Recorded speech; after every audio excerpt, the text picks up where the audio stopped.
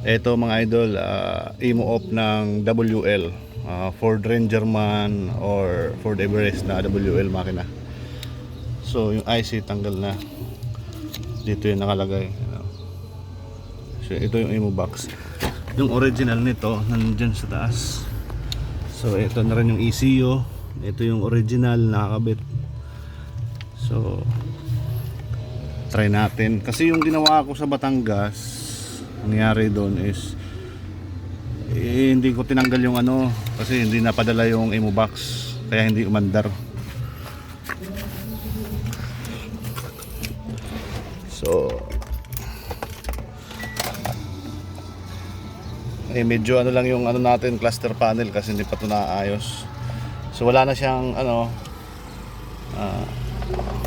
icon ng ano immobilizer, kasi dapat i-ilaw yan dyan. So start natin. Ayan o, start na. So may check engine lang, yung ano yan, yung TCM, tanggal na kasi yung TCM ito. So may problema din yung cluster panel ko, pero umaandar na.